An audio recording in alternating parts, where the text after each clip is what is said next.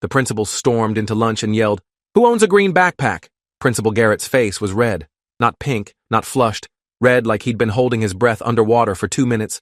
He burst through the cafeteria doors so hard they slammed against the walls. The entire room went silent. 300 students froze mid-bite. He stood there, scanning faces, chest heaving. Then he screamed it. "Who owns a green backpack?" 6 hands went up. Mine was one of them. Big mistake. 2 security guards appeared behind him. Officer Banks and Officer Reyes, both with hands on their belts. Principal Garrett pointed at us. "You 6, with me. Now. Leave everything." I looked at my best friend Kareem. He mouthed what the hell, but I couldn't answer. I stood up with the others.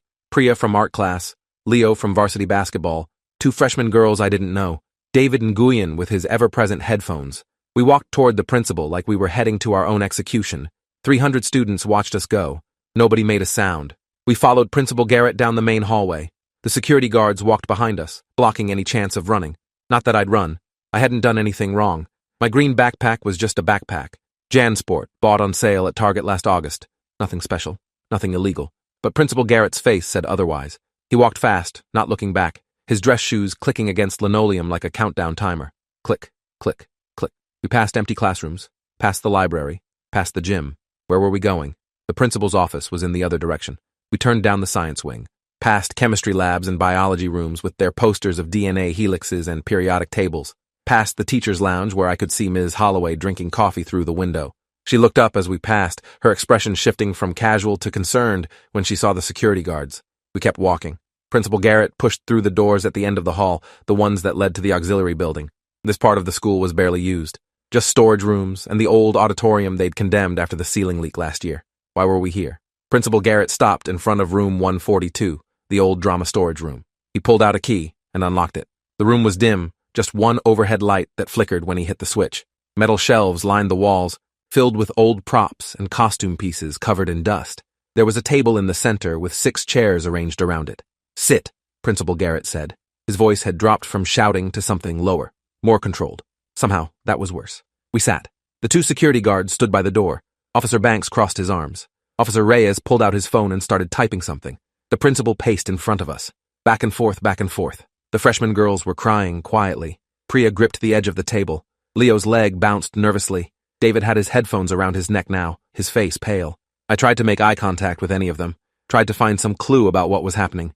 Nobody would look at me. Principal Garrett finally stopped pacing and turned to face us. "One of you brought something to school today. Something that doesn't belong here. Something dangerous." My stomach dropped. Dangerous? What could be in a backpack that would cause this kind of reaction? "We're going to do this the easy way or the hard way," Principal Garrett continued. His voice was steady now, almost calm. That scared me more than the yelling. "The easy way is someone confesses right now, tells me exactly what's in their backpack and where it is. The hard way involves police searches and everyone's parents being called. So I'm going to ask one more time." He leaned forward, hands flat on the table. "Who brought it?" Nobody spoke. The room was so quiet, I could hear the fluorescent light buzzing above us. One of the freshman girls was shaking. Principal Garrett straightened up and nodded to Officer Banks. Officer Banks stepped forward and pulled out a notepad. "We're going to ask you each some questions, one at a time, starting with you." He pointed at Leo. "Come with me." Leo stood up slowly, his basketball jersey hanging loose on his frame.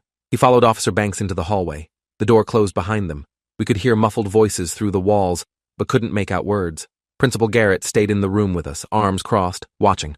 Officer Reyes stood by the door still typing on his phone. The minutes crawled by. 5 minutes. 10. 15. What were they asking Leo out there?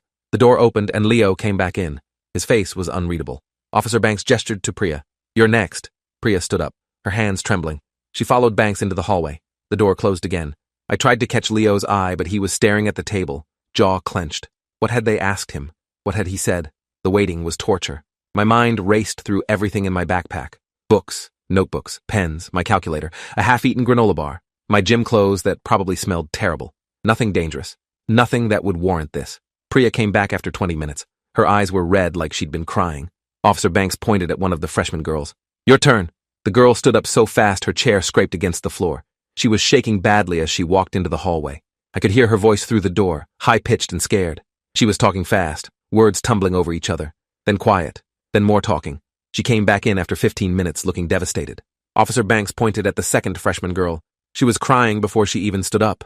When she came back, Officer Banks looked at David and me. "You two, let's go." We both stood. David's hands were shoved deep in his pockets. We followed Officer Banks into the hallway. Officer Reyes joined us, leaving Principal Garrett alone with the other four. Banks led us further down the hall to two separate classrooms across from each other. You, he pointed at David, in here, then to me. You, in there. I walked into the empty classroom. It was one of the old science labs with black countertops and gas outlets for Bunsen burners. Officer Reyes followed me in and closed the door. He gestured to a stool. I sat. He pulled out his notepad. Name? Kyle Brennan. He wrote it down. Grade? Junior. He nodded. Tell me about your backpack. Kyle. Describe it. I described it. Green JanSport. 2 main compartments. Side pockets for water bottles. A small front pocket for pens. Nothing special. He wrote everything down. When did you buy it? Last August, before school started. My mom got it at Target. He nodded again. What's in it right now? I listed everything I could remember. Textbooks for history and English. My math notebook. Pencil case. Calculator. Gym clothes. Deodorant. That granola bar I'd started eating, 3rd period. Anything else? Officer Reyes asked. His tone was neutral, but his eyes were sharp, watching my face for any tell. No, probably some old papers at the bottom. Stuff I forgot to clean out. But nothing important. He wrote more notes. Where is your backpack right now? My locker. Number 247. Wait, that number's forbidden. My locker. Number 312. He wrote it down. Anyone else have access to your locker? No, just me. Well, the school has master keys, but no other students. He nodded. Has anyone asked to borrow your backpack recently? Put something in it? Use it for anything? No. Why would they? Officer Reyes didn't answer my question. He just kept writing. Then he looked up. Kyle, this is important. Did you bring anything to school today that could be considered a weapon? Anything that could hurt someone? My heart started pounding. No, absolutely not. I swear I didn't bring anything like that. He studied my face for a long moment. If you're protecting someone, now is the time to say something. If someone put something in your backpack without your knowledge, you need to tell me. I don't know anything. I swear. My backpack is just a normal backpack with normal school stuff. Officer Reyes closed his notepad. Wait here. He left the room. I sat there alone with my thoughts spiraling. A weapon? Someone had brought a weapon to school in a green backpack? My backpack was green, but I hadn't brought anything, which meant one of the other 5 had. But who? And what kind of weapon? A knife? A gun? Something else? My hands were shaking. I'd raised my hand and volunteered myself as a suspect for something I didn't do. How was I going to prove my innocence? Would they believe me? Would they search all our lockers? What if they found something in mine that someone else had planted? The door opened. Officer Reyes came back in with Principal Garrett. The principal's face was still red, but now he looked tired too, exhausted. He sat down on one of the stools across from me. Kyle, I've known you since you were a freshman. Good grades. No disciplinary issues. Your teachers speak highly of you. He paused. So I'm going to ask you directly. Did you bring a gun to school today? The word hit me like a physical blow. A gun. Someone had brought a gun. No, I said. My voice came out shaky. No, I didn't. I would never. Principal Garrett nodded slowly. Okay, I believe you. But we're going to need to search your locker and your backpack anyway, for elimination purposes. Do we have your permission? Yes, absolutely. Search whatever you want. He stood up. Officer Reyes will escort you to your locker. You'll open it and step back. He'll conduct the search. If everything checks out, you'll be released back to class. Understood? I nodded. We walked back down the hallway, past the room where the others were waiting. I could see them through the small window in the door, all sitting in various states of anxiety. David was being led out of his classroom by Officer Banks. We reached my locker on the 2nd floor. My hands were shaking so bad I could barely work the combination. First try failed. Second try failed. Third time, I got it open. My green backpack sat on the top shelf exactly where I'd left it that morning. Officer Reyes pulled on latex gloves. He lifted the backpack out carefully, set it on the floor, and unzipped the main compartment. He pulled out my textbooks one by one, checked inside each one, then my notebooks, then my pencil case. He unzipped every pocket, felt along every seam. He found my gym clothes and grimaced at the smell but kept searching. The granola bar, my calculator, some crumpled papers, nothing that shouldn't be there. He looked up at me. This everything? Yes, sir. He rezipped the backpack and stood up. Okay, you're clear. Go back to lunch. Relief flooded through me so intensely, I felt dizzy. What about the others? Officer Reyes's expression hardened. Not your concern. Go. I grabbed my backpack and headed back toward the cafeteria. My legs felt weak. I'd been cleared, but that meant one of the other 5 had brought a gun to school. Had it with them. Right now. Who? I kept walking, but my mind was racing. I needed to know who. I needed to know why. I reached the cafeteria entrance and paused. The cafeteria was still half full of students. Lunch period had another 30 minutes. Kareem spotted me immediately and waved me over. I sat down at our table and he immediately started asking questions. Dude, what was that about? Where did they take you? I lowered my voice. Someone brought a gun to school, in a green backpack. Kareem's eyes went wide. What? Are you serious? Dead serious. They questioned all of us. Searched my locker. I'm cleared, but one of the other 5 has it. Kareem looked toward the cafeteria doors like he expected someone to come through them shooting. Who do you think it is? I thought about the other 5. Leo was a good student, popular, college-bound on a basketball scholarship, didn't fit the profile. Priya was quiet, artistic, always drawing in the margins of her papers. Couldn't imagine her bringing a weapon. The 2 freshman girls had looked genuinely terrified, not like they were hiding something. That left David. David Nguyen with his headphones and his tendency to keep to himself. But was that fair? Was I profiling him just because he was quiet? I realized I didn't actually know anything about any of them. Not really. Anyone could be hiding anything. 20 minutes passed. Then Officer Banks appeared in the cafeteria doorway. He scanned the room and his eyes locked on our table. He walked over. Kyle Brennan? Yeah? Come with me, please. My stomach dropped. I thought I was cleared. Why did they need me again? I followed Officer Banks back down the hallway. We didn't go to the auxiliary building this time. We went to the main office. The conference room door was open. Inside, I could see Principal Garrett, Officer Reyes, and a woman in a police uniform I didn't recognize. Detective, based on the badge on her belt. She had short gray hair and sharp eyes that assessed me as I walked in. Sit down, Kyle, Principal Garrett said. I sat. The detective introduced herself as Detective Linda Voss. Kyle, we need to ask you a few more questions. You said you didn't recognize anyone putting anything in your backpack, correct? Correct. And you said your locker is only accessible to you? Yes. She nodded. Do you have your phone with you? Yes. Can I see it, please? I handed it over, unlocked.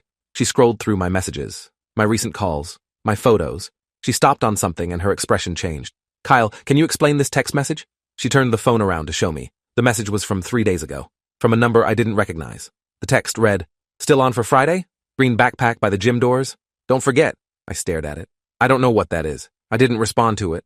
Detective Voss scrolled down. There was my response. Got it. See you then. My blood ran cold. I didn't send that. I swear I didn't send that. She raised an eyebrow.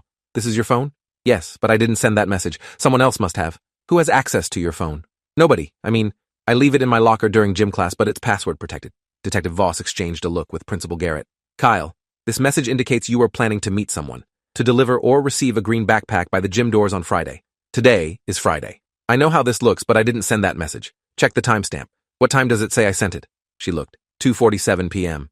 I was in math class at 2:47, 4th period. Mrs. Chen. Wait, that name's forbidden. Mrs. Thompson's class. She can verify I was there the whole time. Check the attendance records. Officer Reyes was already on his computer pulling up the information. He nodded. Confirms he was in class. Detective Voss wasn't satisfied. So, someone else sent this message from your phone during 4th period. Who? I don't know. My phone was in my locker. Anyone with access to my locker combination could have done it. Who knows your combination? I thought about it. Just me, and I guess Kareem, my best friend. I told him the combination once when I needed him to grab my calculator. Detective Voss wrote something down. Kareem's last name? Okafor. But he wouldn't do this. He's my best friend. He has a blue backpack anyway. We'll need to talk to him regardless. They let me leave the conference room but told me to stay on campus. I went back to the cafeteria, but lunch period had ended. Students were flooding the hallways heading to 5th period. I saw Kareem near his locker and grabbed his arm. Dude, they found a text on my phone. Someone sent a message about a green backpack. They're going to question you.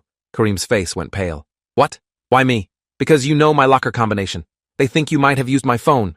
Kyle, I swear I didn't touch your phone. I would never. I know. I told them that. Just tell them the truth. Before he could respond, Officer Banks appeared. Kareem Okafor? Come with me, please. Kareem shot me a panicked look before following Officer Banks toward the main office. I stood in the hallway, feeling helpless. The bell rang for 5th period, but I couldn't make myself move. Students rushed past me to class. I should have been heading to English, but instead, I was stuck in this nightmare. My phone buzzed. A text from an unknown number. Stop asking questions. I stared at it. Another buzz. This isn't your business. Another. Stay quiet or it gets worse. My hands were shaking. Someone was threatening me. Someone who had my phone number. Someone who knew I was talking to people about this. I turned and ran toward the main office. I burst through the door, and the secretary looked up startled. I need to see Detective Voss. Now. It's an emergency. The secretary picked up the phone. 2 minutes later, Detective Voss emerged from the conference room. I showed her my phone. The threatening texts. She read them, her expression darkening. When did you receive these? Just now. Like 2 minutes ago. She took my phone. I'm keeping this as evidence. Officer Reyes will issue you a temporary phone for emergency contact with your parents. Do not discuss these texts with anyone. Understood? I nodded. Detective Voss went back into the conference room. I could hear raised voices inside. Principal Garrett sounded angry. Another voice I didn't recognize was arguing back. Then silence. The door opened and Kareem walked out. His face was red and he looked furious. They think I planted a gun in someone's backpack using your phone to set up a meeting. This is insane. What did you tell them? The truth. That I was in class all of fourth period, that I haven't touched your phone in weeks, that I don't know anything about a gun. Detective Voss appeared behind Kareem. Both of you, wait in the counseling office. Don't leave campus. We walked to the counseling office and sat in the uncomfortable chairs outside Mrs. Park's door. The school counselor was in a session with someone. We could hear crying through the door. Kareem put his head in his hands. This is a nightmare. My parents are going to kill me when they find out I'm being questioned about a gun. You didn't do anything wrong. They'll figure that out. Will they? Because right now it looks like I'm the only person with access to your phone and your locker. He had a point. I hadn't thought about how bad this looked for him. Whoever set this up had been smart. They'd used my phone, my locker combination, created a trail that led to Kareem. The counseling office door opened and one of the freshman girls walked out. Her eyes were swollen from crying. She saw us and froze. They cleared me, she said quietly. I don't know who did it, but it wasn't me. She left before we could respond. That meant 4 suspects remained. Priya, Leo, David, and the other freshman girl. Unless the police were wrong and none of them had brought the gun. Unless it was someone else entirely and the green backpack was a red herring. My head hurt trying to piece this together. The threatening texts suggested someone was watching me. Someone who didn't want me investigating. That meant the person was still on campus. Still free. Still armed. Officer Banks appeared in the doorway. Kyle. Kareem. Conference room. Now. We followed him back. The conference room was more crowded now. Principal Garrett. Detective Voss. Officer Reyes. 2 more uniformed police officers I hadn't seen before. And a man in a suit who introduced himself as District Attorney Fletcher. This was getting serious. D.A. Fletcher sat down across from us. Gentlemen, we have a situation. Someone brought a loaded handgun to school today in a green backpack.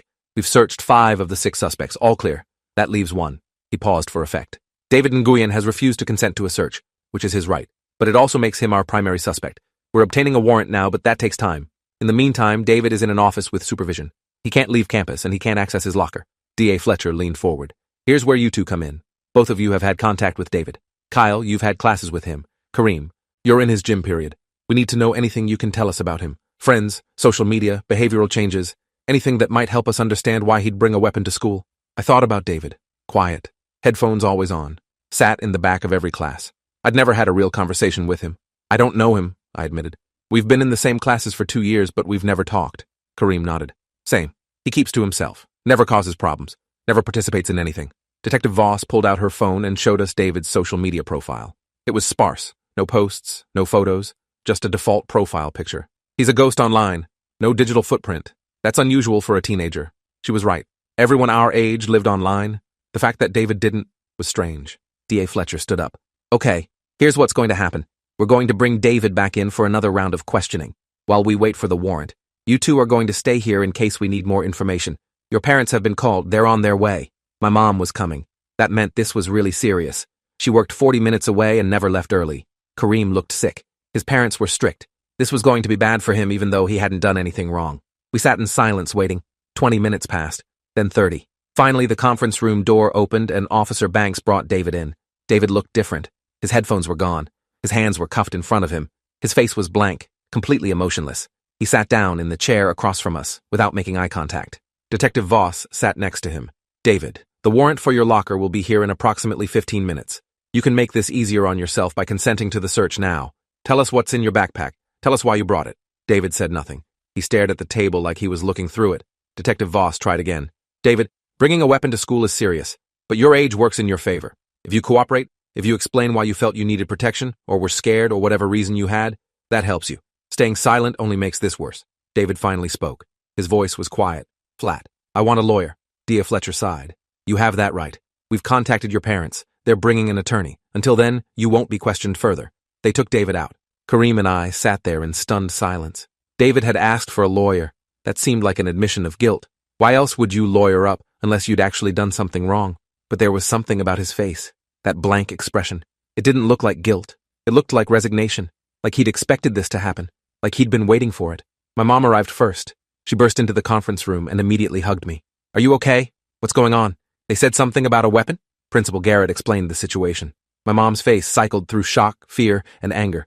And you searched Kyle? You suspected my son? Everyone with a green backpack was questioned, Mrs. Brennan. We had to eliminate all possibilities. He's cleared, though? Completely cleared? Yes. Kyle is not a suspect. My mom's grip on my arm tightened. Then we're leaving. Now. Principal Garrett shook his head. We need him to stay in case we have more questions. About what? You just said he's cleared. You have your suspect. That boy David. So Kyle is going home. Unless you're charging him with something? D.A. Fletcher intervened. Mrs. Brennan, Your son received threatening text messages earlier today. Messages that suggest someone is trying to intimidate him into staying quiet. We believe Kyle might be a witness to something he doesn't realize he witnessed. Keeping him here keeps him safe and gives us time to investigate those threats. My mom looked at me. Threatening texts? Kyle? I showed her my phone. The messages. Her face went white. Oh my God. She turned to D.A. Fletcher. You need to find who sent these. My son is in danger. Kareem's parents arrived minutes later. His father was tall and imposing. His mother moved with quick, precise gestures that showed her agitation. They had a similar reaction to my mom. Anger that Kareem was being treated like a suspect. Relief that he'd been cleared. Fear about what this meant. The conference room was getting crowded. 6 adults plus Kareem and me plus the law enforcement. Principal Garrett suggested we move to the library. More space, more privacy. We relocated and sat around one of the large tables usually used for group projects. This felt surreal. Like a scene from a TV crime drama, except it was happening to me. In my school, in my real life. Officer Banks came in with an update. The warrant came through. We're searching David's locker now. Everyone waited. 5 minutes that felt like hours. Then Officer Banks came back. His face was grim. We found a green backpack. Inside was a loaded 9mm handgun. 15 rounds in the magazine, 1 in the chamber. My mom gasped. Kareem's mother put her hand over her mouth. That was a lot of bullets. That wasn't protection. That was planning for something terrible. D.A. Fletcher stood. Where's David now? Custody. We're processing him for bringing a weapon onto school grounds. His parents and attorney are with him. Detective Voss looked at me. Kyle, I need you to think very carefully. Did David ever say anything to you about feeling threatened? About having problems with anyone? About wanting to hurt anyone? I thought back through every interaction I'd had with David. There weren't many. Passing in hallways. Sitting near each other in class. Nothing significant. No. We never talked about anything personal. He was just quiet. Always had his headphones on. I don't think I ever heard him speak more than a few words at a time. She nodded. What about his friends? Did you ever see him with anyone? No. He was always alone. That made it worse somehow. A kid alone with a loaded gun and 16 bullets. Kareem spoke up. Wait, there was something. In gym class about 3 weeks ago, David got into an argument with some guys. I don't remember what it was about, but I remember thinking it was weird because David never talked to anyone. And suddenly he was yelling at these guys. Detective Voss leaned forward. Who? What guys? Trevor Atkins and his friends. They're seniors, on the football team. They mess with people sometimes. Typical jock stuff. Detective Voss wrote down the names. What happened during this argument? I don't know. I was across the gym.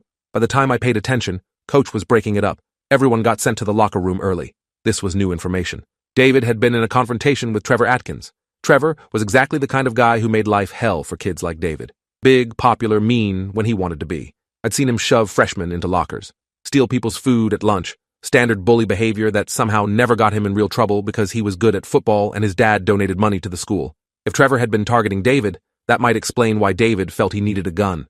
Not justification, but explanation. Detective Voss was already on her phone calling someone. I need Trevor Atkins and his associates pulled from class. Now.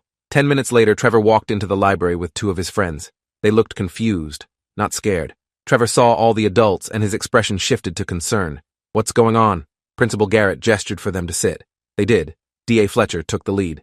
Trevor, we need to ask you about David Nguyen, specifically about an incident in gym class 3 weeks ago. Can you tell us what happened? Trevor looked at his friends, then back at D.A. Fletcher. I don't know what you're talking about. You got into an argument with David. The gym teacher broke it up. Ring any bells? Trevor shrugged. Oh, that wasn't anything. Just David being weird. Explain weird, Detective Voss said. Her tone was sharp. Trevor shifted uncomfortably. He accused me of taking his stuff from his locker. Said I'd been messing with him, but I hadn't. I don't even know his locker combination.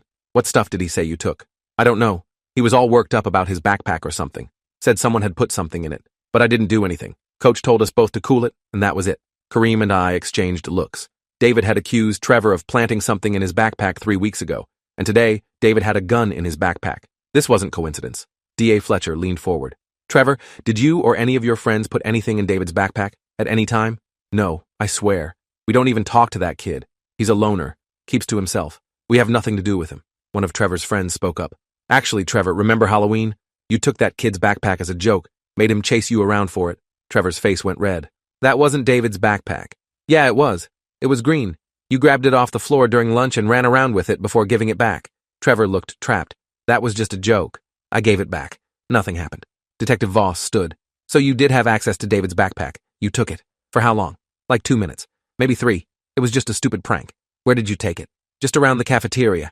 Then outside for a second. Then I gave it back. Was it ever out of your sight during those 2 or 3 minutes? Trevor thought about it. Well, I handed it to Marcus to hold while I grabbed my phone, but that was like 10 seconds.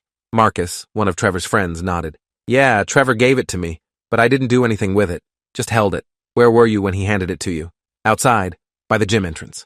Everything clicked into place. The text message mentioned meeting by the gym entrance. Trevor had taken David's backpack outside by the gym entrance. Someone had used those few minutes to plant something. Maybe not the gun, maybe something else. But it established that David's backpack had been compromised, that someone had access to it without his knowledge. Detective Voss was already making phone calls. Within minutes, more police arrived. Trevor and his friends were separated and questioned individually. Their phones were confiscated, their lockers searched. The scope of the investigation was expanding beyond David. 2 hours later, D.A. Fletcher called everyone back together. The library had become command central for this investigation. He looked tired. Here's what we know.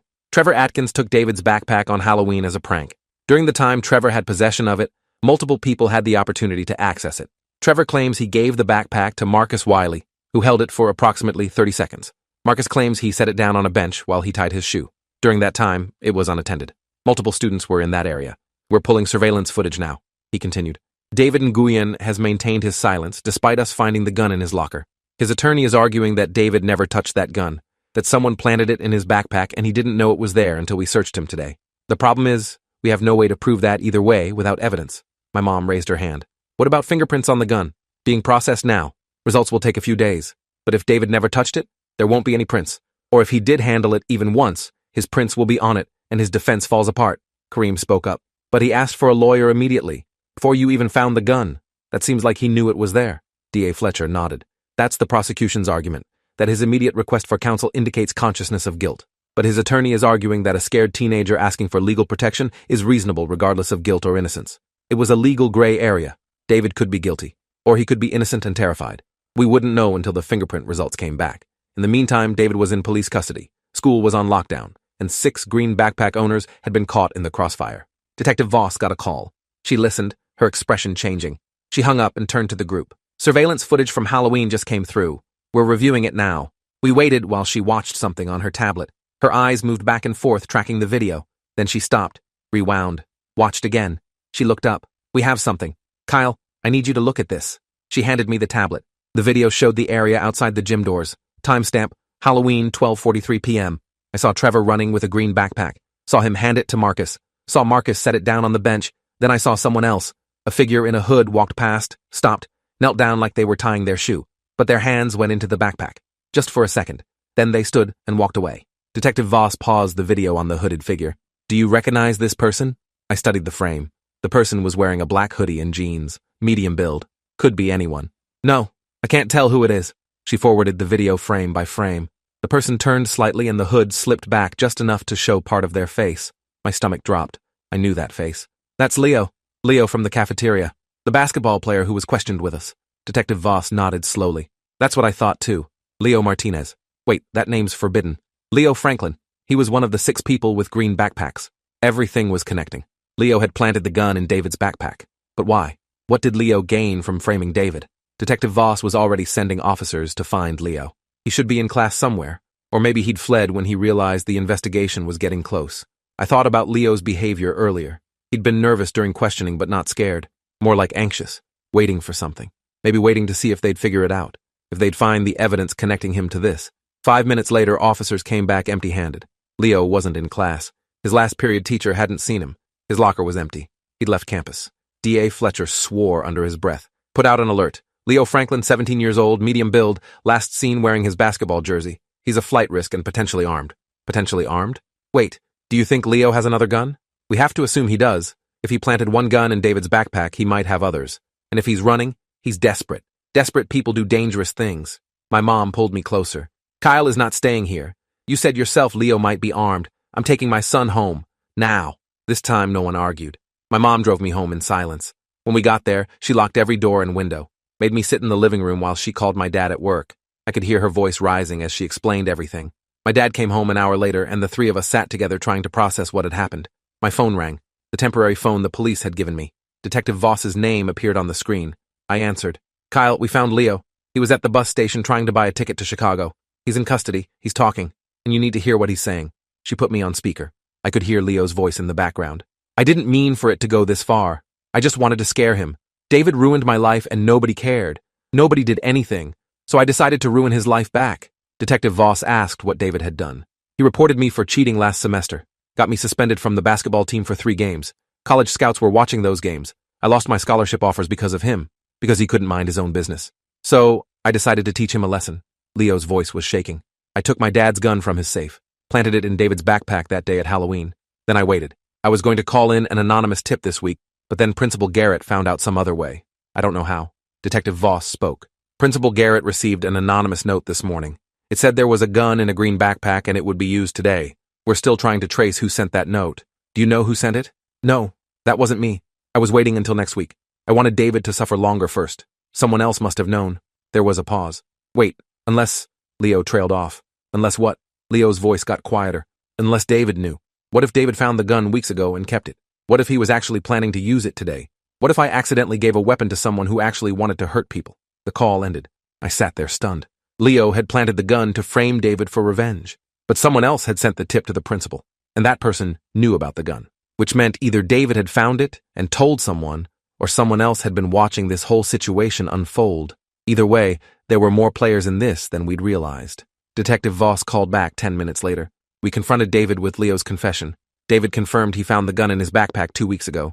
He didn't tell anyone because he was afraid he'd be blamed for it. He'd been carrying it around in his backpack, not knowing what to do with it. He was going to throw it away this weekend. Who sent the tip to Principal Garrett? I asked. David says he doesn't know. He never told anyone about finding the gun. Detective Voss paused. Which means someone else saw him with it. Someone who knew what Leo had done. Someone who decided today was the day to expose it. The investigation continued for days. Leo was charged with multiple felonies, including unlawful possession of a firearm, theft of a firearm, and conspiracy to commit false reporting. His basketball career was over. His college prospects destroyed. David was cleared of all charges, but the trauma of the experience had marked him. He transferred schools the following week. Trevor and his friends got suspended for the backpack incident. My name and Kareem's were cleared completely. But the question remained. Who sent the anonymous note to Principal Garrett? The police analyzed the handwriting, traced the paper, checked surveillance footage. Nothing. Whoever sent it had been careful, had been watching, had known exactly when to intervene. 2 months later, I got a text from an unknown number. You asked who sent the note. I did. David's locker was next to mine. I saw him staring at the gun every day during passing periods, looking more and more desperate. I knew something was going to happen. I couldn't stand by and watch. I tried to respond, but the number was disconnected. I showed the text to Detective Voss, but she said, without more information, there was nothing they could do. Someone out there had been watching the whole time, had seen the tragedy building, and had stopped it before it erupted. An anonymous hero who'd saved lives and disappeared back into obscurity. School returned to normal slowly. Green backpacks became less common. Principal Garrett implemented new security measures, metal detectors, random locker searches, counseling resources. It helped, but the fear lingered. That day had shown us how close we'd come to disaster, how a prank, a grudge, and a moment of access had nearly resulted in something unthinkable. I saw Priya in the hallway one day, months later.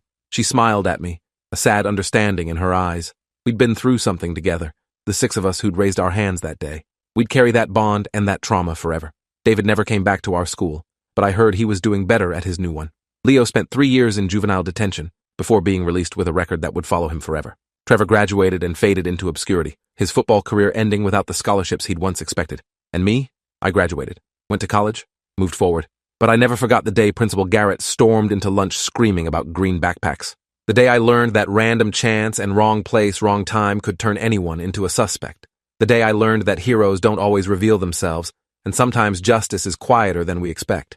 Sometimes it's just an anonymous note, sent at exactly the right moment, by someone who cared enough to act. Thanks for watching till the end. Make sure to subscribe and like to not miss the next story.